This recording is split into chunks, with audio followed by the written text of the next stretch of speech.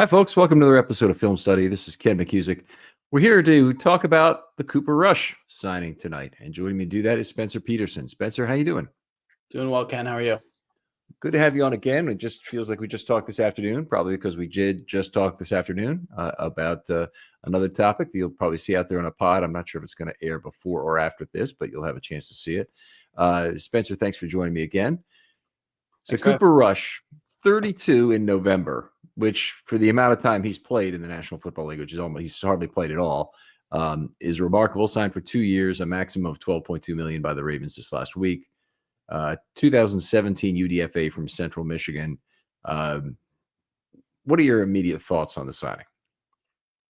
The 12.2 number, a little eye-popping at first, but it sounds like the actual kind of guarantees in base are maybe a little less than half of that, which is definitely a little bit more palatable. I'm pretty much precisely whelmed by the signing. It's really not something to get too worked up about or too down about, but it's a backup quarterback at a decent price. It's nothing to get too worked up one way or the other. Is this a position where the Ravens should go ultra cheap, as they basically have in the past with drafted players or even undrafted players staying with the team for 4 years, absolutely minimizing backup quarterback dollars that have gone out? That was certainly true with Josh Johnson. It was true with Tyler Huntley. It was true with Trace McSorley. It was true with who am I thinking of here? The previous one. Tyrod Taylor? Tyrod Taylor. So I think you have to go back all the way to Mark Bulger, the last time they had a significantly priced backup quarterback, and maybe that's where you were going there. But I think the question there, if it's better to go with the strategy of ultra cheap, I typically have preferred that. I think I'm a little bit neutral between this signing and the ultra cheap rookie version. I think where I'm probably the most down was the Josh Johnson, where there was almost no upside associated with it. And the only thing I would like less than that is kind of very significant cap dollars spent, something $5 million or something AAV or greater sunk into the backup quarterback position. But I think there are some benefits to going this route. You mentioned that Rush is not particularly expensive, so it might be $6 million they end up paying over 2 years. He actually missed out on his a bonus for playing half of the snaps last year he had as a backup for the Cowboys. And he played 45% of the snaps, I believe. So he just really kind of got beaten up a little bit on that. They went 4-4 with Cooper Rush. Certainly not terrible. He's got actually a 9-5 career record, all with the Cowboys, though he was actually briefly with the Giants, never took a snap for them, and not in the regular season anyway. You can do worse, I suppose, in terms of a quarterback. Not a stylistic fit for the Ravens, though. No. That said, and I think we talked about this kind of before the show anyway, I think a lot of the guys who are stylistic fits, at least on paper, hasn't really translated to the game. Tyler Huntley nominally is a fast guy, and when he's been on the field, it wasn't replicating the Lamar Jackson offense. Right, and Tyler Huntley had some legitimate speed, but he just has no ability to evade in the open field, which is what makes Lamar very special, is that leverage reading ability that he has. But I agree wholeheartedly. I think that was true of Tyrod Taylor too, to a certain degree. Not really, had a little bit of speed, but certainly was not an evasive guy. He was his characteristic was more taking care of the football extremely well. I guess if you had to say what Rush does well, it's probably taking care of the football as well as most backup quarterbacks ever do. 12 touchdowns, 5 interceptions last year. He took 13 sacks. Seems to be highly desirous of getting rid of the football quickly. Has some pocket awareness in that sense, and more like the internal clock you can kind of see is running. Yeah, the book on him, I actually refreshed myself and went back to his draft profile, and I think this bears out in the games that he played. Sort of the opposite of the old adage, $1 million arm, 10-cent head. He's, $1 million head, 10-cent arm. I think you're watching the games, when he lets go of the ball, you sort of have this innate sense of how fast an NFL pass should travel.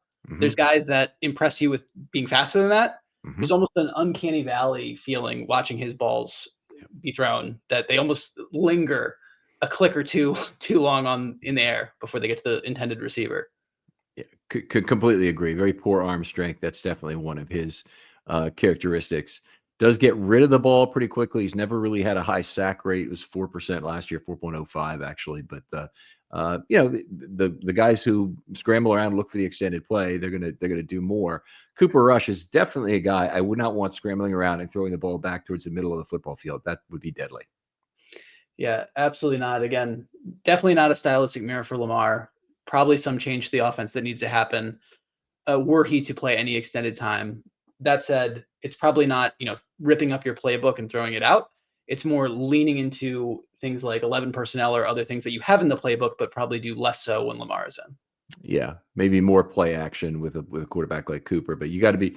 I mean, the Ravens offensive line specifically is built to play with Lamar Jackson. That's specifically true of their blindside protector, who does give up a lot of ground to mirror. Lets that cone get invaded. Lamar's very good with that.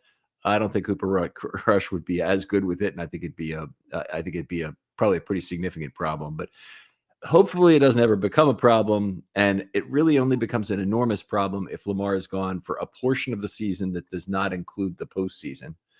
Because I think we can agree, I was particularly after watching Tyler Huntley play in the 2022 playoffs, that once you're in danger of not making the playoffs as soon as he starts playing, and if you have a chance not to, and then if he does have to play a playoff game for you, you're very low probability of winning it. Yeah, this very much seems like, and we were just talking about the trade-off of, do you go ultra cheap at the position because you're Mm-hmm. kind of screwed if Lamar's injured for a sustained period of time, or do you spend a little bit of money, maybe raise the floor a bit? It seems like the trade-off happening here is, let's say Lamar is out for 4 games, Yeah. maybe you win 2 of those instead of going 0 for 4, and maybe that helps you either get into the playoffs, preserve the division, whatever it may be. Yeah, I'm with you at all. I think that if you're looking for kind of a best case of extended playing time, what you just described is exactly it. Lamar misses 3 or 4 regular season games in a row, or total, maybe, could have another COVID issue, or something else could come up that he couldn't play for a couple of games, and maybe even at 2 different points. But Rush gets the team a win or two, guy like game management. I think he can beat a bad team with this defense. I think the running game, the other offensive weapons they have, he probably can win a game.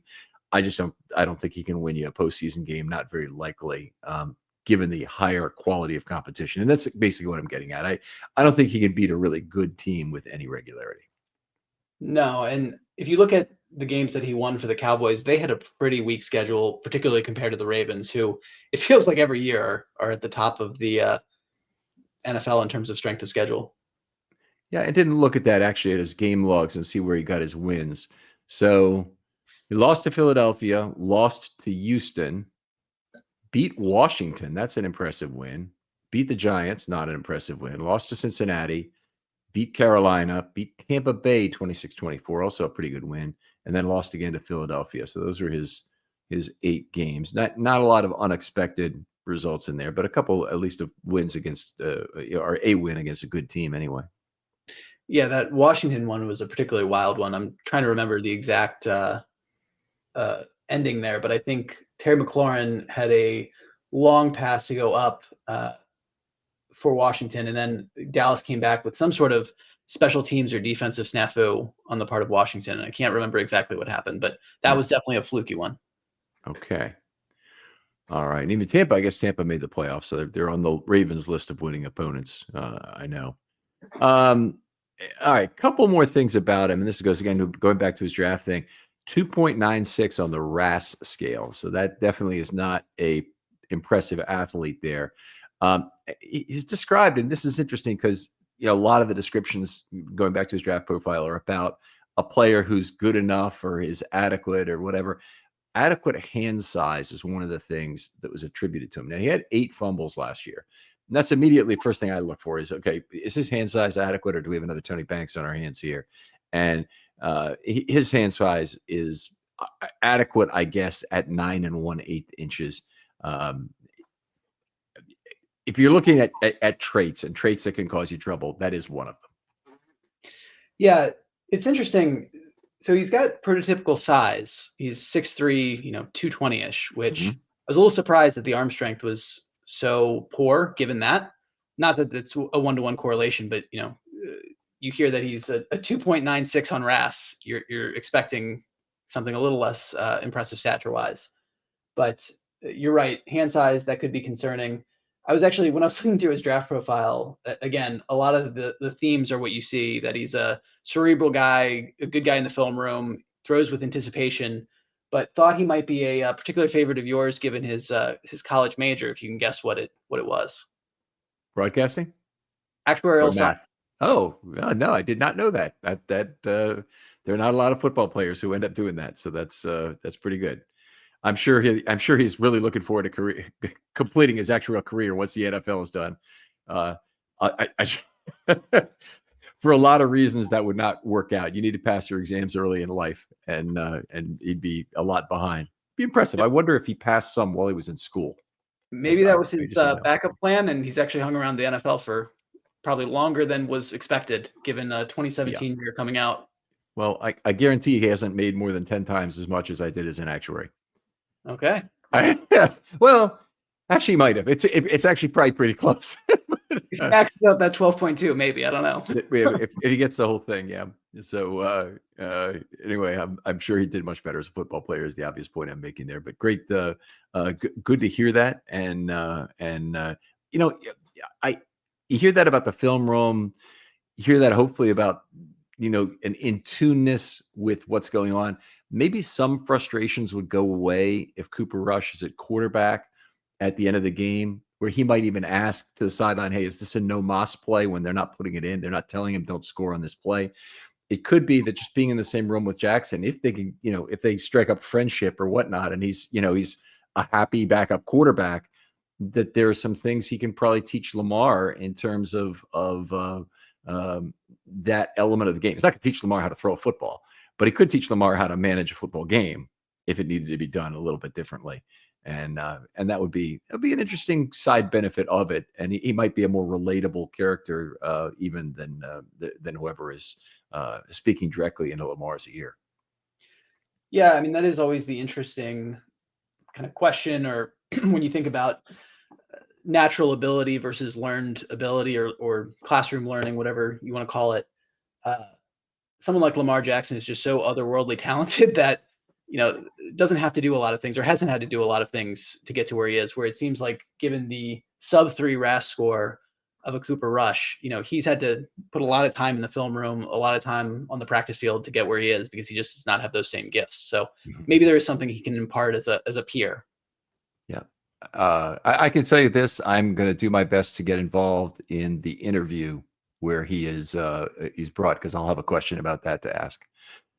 That's very interesting. I appreciate you bringing that up.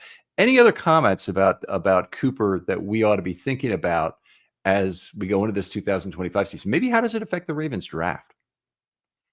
Yeah, I think it's interesting. I don't think the Ravens have, maybe one time in the last couple of years, they've carried 3 quarterbacks on the 53-man. But given that they have Leary, who they drafted last year, who is probably a practice squad candidate, and given that they have a 2-year deal with Rush, it does seem unlikely that they would draft a quarterback. If they did, it would probably move someone that they have spent resources on in recent years. But I think it's more likely than not they do not, personally. Yeah, that's where I am too. I don't think they carry a third. They carried a third on the team, sort of. They had Malik Cunningham, who they hadn't completely moved to wide receiver at the time. I'm trying to remember if they otherwise had a third guy. I don't think they ever had 4. And one of the things we've talked about in terms of roster division is that you want a 3-man wolf pack with 25 and 25, generally speaking, on offense and defense. And the offensive coaches and the defensive coaches are at war with each other, such that they almost always go to 25 and 25 at the end of the day. But one place where you can save a roster spot is to have only 2 quarterbacks. So you can save an a roster spot with 2 quarterbacks, with having 3 tight ends. I guess with having 3 running backs. Nobody was really willing to carry 2 running backs. You can do it with having 5 wide receivers. You can do it with having 9 offensive linemen. That might have been all the positions I just named right there. And I guess fullback is another one in there, because the Ravens carry 1, and they also carry 3 tight ends. Yeah, and the Malik Cunningham example is a little interesting because that was not a starting, week 1 of the 53 move. That was, I think, within the last 4 weeks of whichever year that was, and sort of a futures move almost, where, you had some walking wounded, you had some guys on IR. I think there was a little bit of more flexibility in the roster of how they went about that. But it's been a while since I think the Ravens have broken camp with 53 after, handshake deals and all of that have cleared. Right. Well, even when I add up the minimums, I get to 23, so it gives you 2 flex spots where you can get a wide receiver you like. Maybe that gives you some special teams value. You carry a 4th running back, and that's even carrying 3 tight ends and a fullback. You could carry a 10th offensive lineman. That's not something the Ravens have typically done. They've typically done a 9 to make 8 offensive line group where 8 are active on game day and 9 are available to them on the roster. That can get a little dicey. But that's also why one of the reasons why I have practice squad call-ups for the extra spots as well, which is something they've done at several different positions, including running back. So, yeah, I think you're right. I think there's probably close to a 0% chance that they would draft a quarterback this year, given who they have now in the pipeline.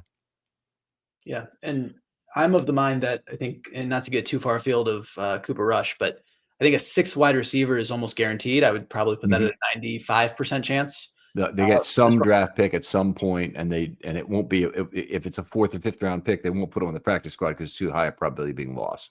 Yep. So I think you're really dealing with that one flex spot that could be a 3rd quarterback. I think that's, as you mentioned, fairly unlikely, but maybe it's a 10th offensive lineman, maybe it's a 4th tight end, maybe it's a 4th running back, all more likely in my opinion than quarterback. Maybe it's a 26th defender. I don't know. I think that's probably even more likely than a 3rd quarterback in my mind. 26 defender, even more likely. Yeah, it could be. Because then maybe that's a 3% proposition, but that's 3 times or more likely in my mind. That's 3rd quarterback. That's thinking. All right, outstanding, Cooper. Outstanding, Spencer. Great talking to you about this. Tell folks where they can talk football with you online. I'm on Twitter X at Spenser CP. That's Spencer with 2 S's, so SPENSER CP, and that's on Twitter X. All right, outstanding. Other folks out there, if you'd like to be on a film study short, hit me up with your idea. Usually, if you DM me 3 bullet points, that's sufficient. I'll get right back to you and talk to you about the possibility of an episode. And it really can be anything this time of year. A lot of draft content is coming up over the course of the next 5 weeks or so as we blister through to a 424 draft. If you want to be a panelist on the draft show, or if you want to just be in there listening on the draft show, we'll certainly have that information be a live stream. It'll be an ability to ask questions, but I'm also looking for panelists who want to be on day 2 or 3 in particular. You DM me for that as well. Spencer, thanks again for coming on. Thanks for having me. We'll talk to you next time on Film Study.